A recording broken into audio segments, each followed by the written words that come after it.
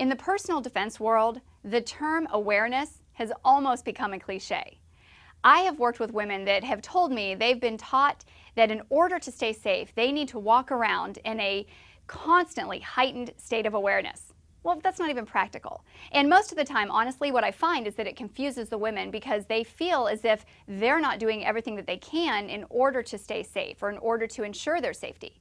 So what I'd like to do is break down the word awareness just a little bit, and let's see if we can make some sense out of that word and put it into a situation that is more practical. Let's start with what I call home awareness.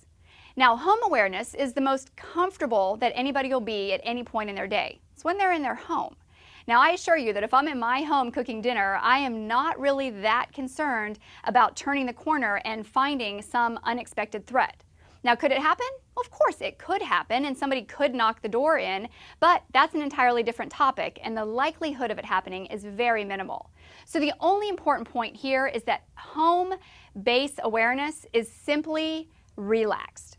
Now, when it changes, when you leave your house, the second level of awareness is what I refer to as familiar state.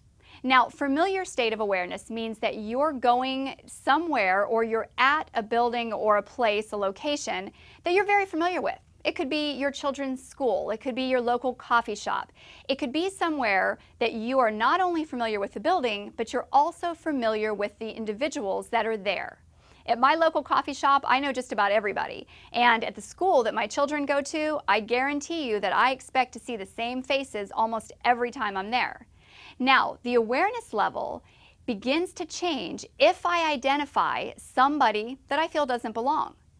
If you're at your child's school, or if you're at your place of business, or if you're at the local coffee shop in your town and somebody walks in that you're not familiar with, well, that should be an indicator that you need to be a little bit more aware of what's going on. Now, you don't have to engage the person, but you should pay a little bit more attention than you would otherwise, or to anybody else that you are familiar with. Still very basic awareness, but it can change according to the individuals that come or go in the location.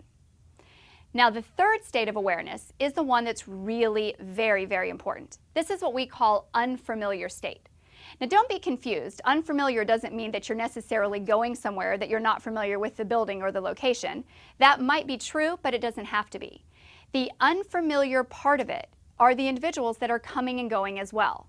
For example, if you're at the grocery store, you're familiar with the building, you know the aisles, you know where the groceries are, but you're not going to know every single person that comes in and out of that door. You're probably not going to know very many of them at all. In a case like that, you should go into the store with a heightened sense of awareness. Pay more attention to your belongings. Bring your family a little bit closer.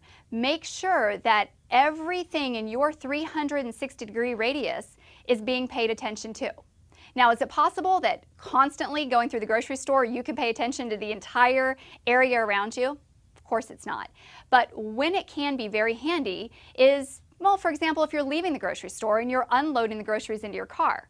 I can't tell you how many times I have gone through a parking lot and I'll see a female typically with her back toward the parking lot, completely unaware of anything that's going on behind her. That's a prime example of very linear awareness, or really not paying much attention at all. And it's a great opportunity for somebody to come up and catch her at a vulnerable moment. So when you're in an unfamiliar situation, and again, meaning people that you're not familiar with, just give it an extra minute. Look around. If you're unloading groceries, turn your body laterally toward the vehicle so you can keep an eye on the vehicle, the groceries, and the parking lot. Now, that's just one example, but in any situation where you're not familiar with the people that are there, the people that are surrounding you, it's going to be to your benefit to walk around paying a little bit more attention than you would in the familiar state, and certainly more attention than you would pay if you were at your home and you were comfortable. Pause. Could you hear that?